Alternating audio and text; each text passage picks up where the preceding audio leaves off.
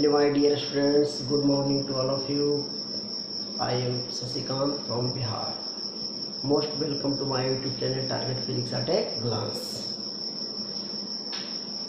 तो जैसा कि आपको पता होगा कि पिछले वीडियो में मैंने आप लोगों को इलेक्ट्रोस्टैटिक्स टॉपिक का स्टार्ट किया था, जिसमें कुछ बताया गया था।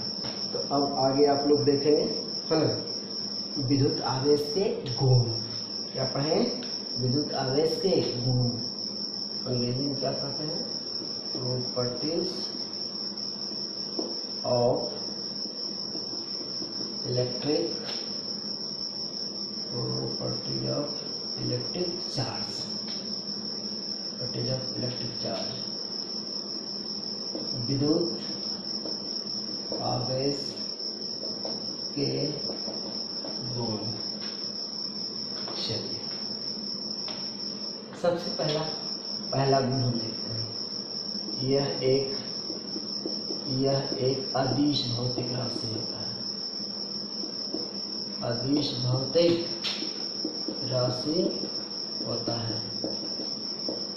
पहला प्रॉपर्टी आप लोगों को क्या बताया जा रहा था कि यह एक अदिश भौतिक राशि होता है। यानी विद्युत आवेश के बारे में पूछा जाए कि यह सदिश है, अदिश है, क्या है, बताइए। तो आप बोलेंगे क्या? यह एक अदिश भौतिक राशि है। अदिश भौतिक इसलिए कहा जाता है कि अगर किसी निकाय पे अगर बहुत सारे आवेश अगर सिचुएटेड हो, अर्थात स्थित हो, तो अगर कुल आवेश की बात करेंगे तो उन सबों का सिर्फ बीजीय जो योगफल होगा वही उनके कुल आवेश के बराबर होता है। अतः विद्युत आवेश एक अदिश भौतिक राशि है। या कह सकते हैं कि विद्युत आवेश के पास से परिमाण होता है, दिशा नहीं होता है, इसलिए यह क्या है? अदिश भौतिक राशि है। चलिए सेकेंड पॉइंट देखते हैं।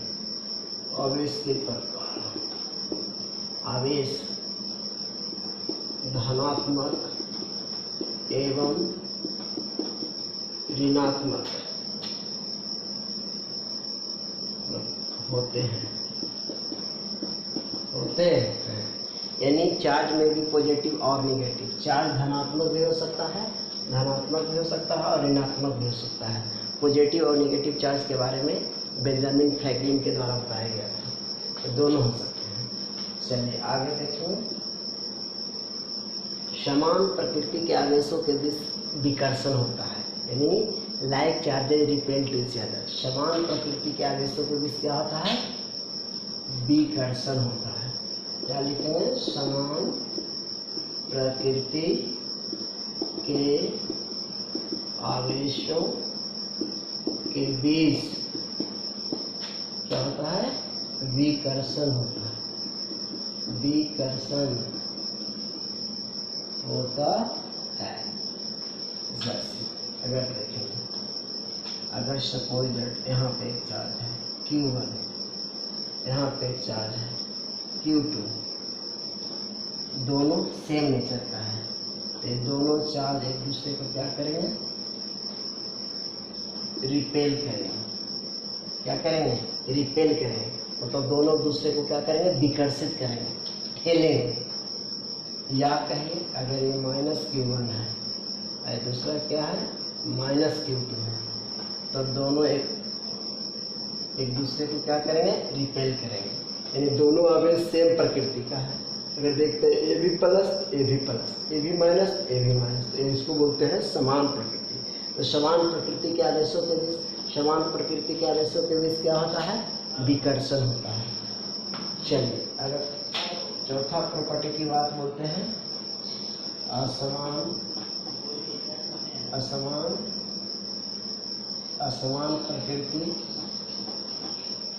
प्रकृति के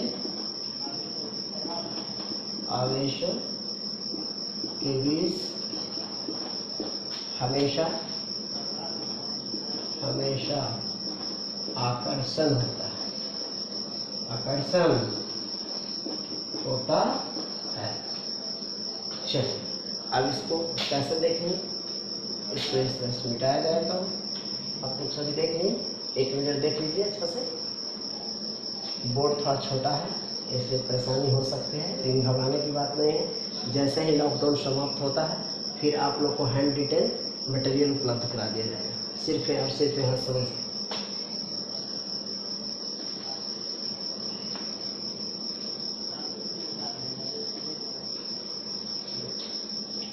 असमान प्रकृति के आवेश का मतलब क्या होता है?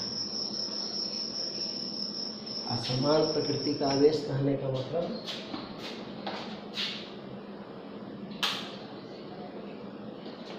असमान प्रकृति का आवेश कहने का मतलब है suppose that plus Q charge A अगर माइनस क्यू, तो इन दोनों के बीच क्या होगा?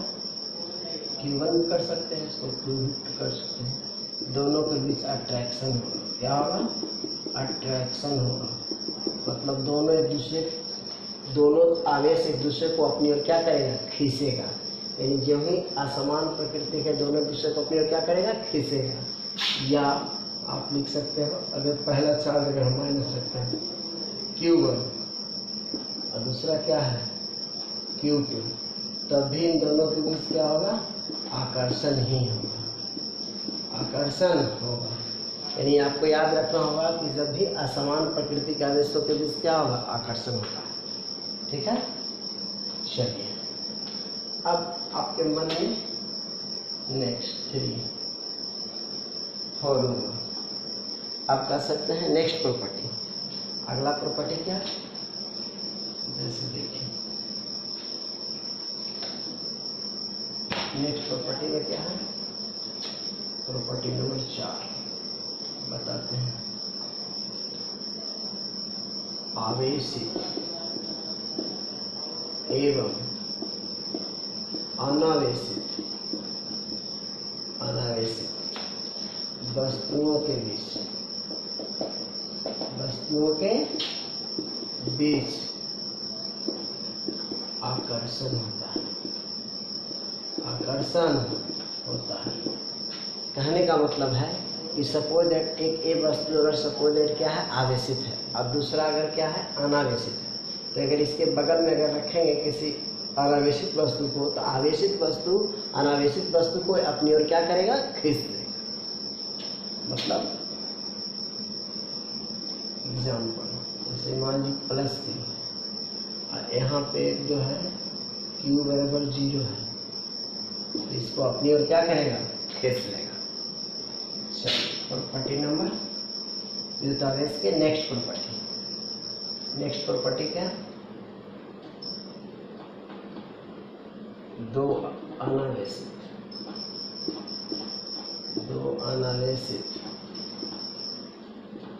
वस्तुएं न तो एक दूसरे को, दो अनावेशित वस्तुएं न तो एक दूसरे को आकर्षित करेगी या विकर्षित करेगी।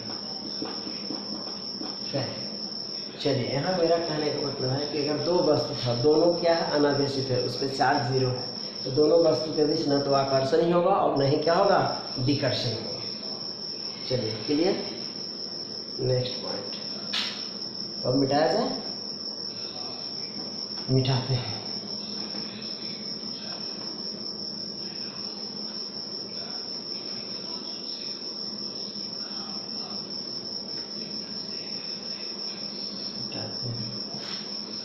नेक्स्ट प्रॉपर्टी, छठा प्रॉपर्टी देखिए। नेक्स्ट प्रॉपर्टी में हम लोग देखेंगे क्या?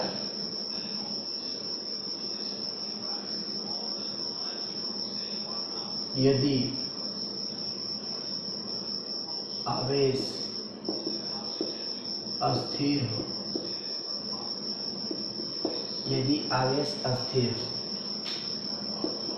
दैट इज Q बराबर 0, Q बराबर Q भी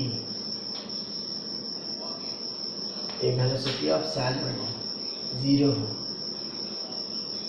तो यह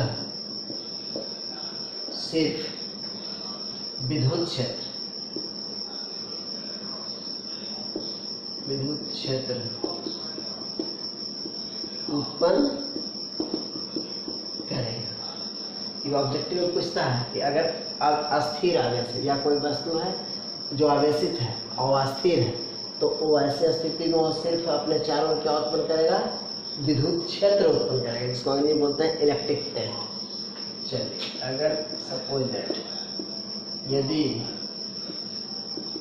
आवेश या आवेशित कण एक समान वेग से गतिशील है, तो वैसे स्थिति में यह इलेक्ट्रिक फील्ड एवं मैग्नेटिक फील्ड दोनों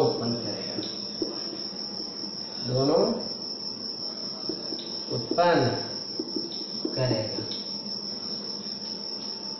इलेक्ट्रिक फील्ड के बारे में विशेष रूप से आगे आप लोगों को बताया जाएगा। चलिए नेक्स्ट, यदि आवेश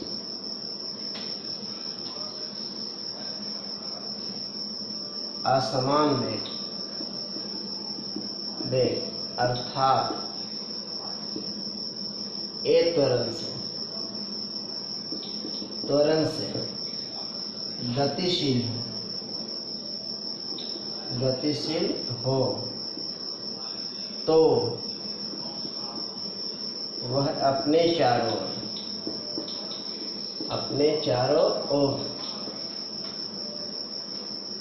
चारों अगर कहने का मतलब आवेश जो है असमान वेग, तो जब जो ही असमान वेग होगा तो वहाँ कोई त्वरण उत्पन्न होगा, तो वह वैसे स्थिति में क्या होगा, वो अपने चारों क्या उत्पन्न करेगा, तो इलेक्ट्रिक फील्ड मैग्नेटिक फील्ड के साथ साथ एनर्जी भी प्रोड्यूस करेगा।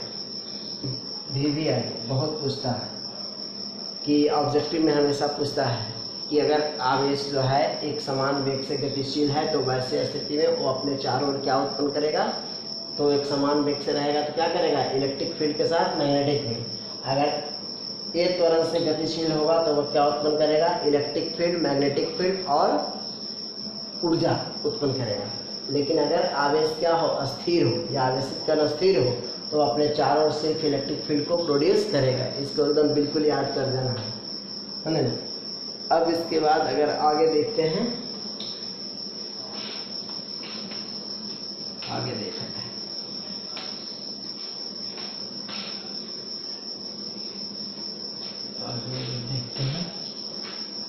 नहीं, प्रॉपर्टी नंबर 9। चलिए, प्रॉपर्टी नंबर 9 में आपने पढ़ा होगा कि प्रत्येक पदार्थ बहुत छोटे छोटे कणों से मिलकर बनाते हैं, जिन्हें परमाणु कहते हैं। परमाणु के भी कुछ मौलिक कण होते हैं, मौलिक कण, मूल कण, इसको अंग्रेजी में बोलते हैं फंडामेंटल पार्टिकल्स,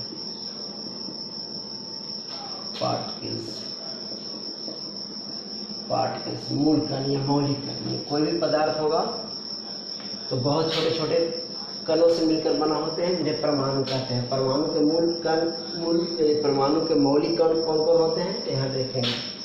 इलेक्ट्रॉन होता है, दूसरा क्या, प्रोटॉन, तीसरा न्यूट्रॉन।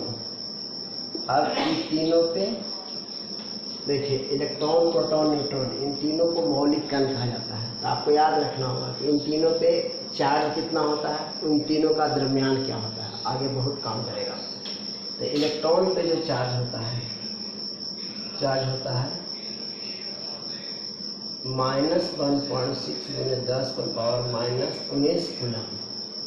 प्रोटॉन पे जो चार्ज होता है +1.6 × 10⁻⁻19 कूलम। न्यूट्रॉन पे कोई चार्ज नहीं होता, अर्थात 0 होता है। अगर द्रव्यमान की बात करते हैं तो इलेक्ट्रॉन का द्रव्यमान याद रखें, बहुत इंपॉर्टेंट है, ऐसा काम करेगा। 9.1 × 10⁻31 kg। प्रोटॉन की द्रव्यमान की अगर बात करेंगे तो 1.6 × 10⁻27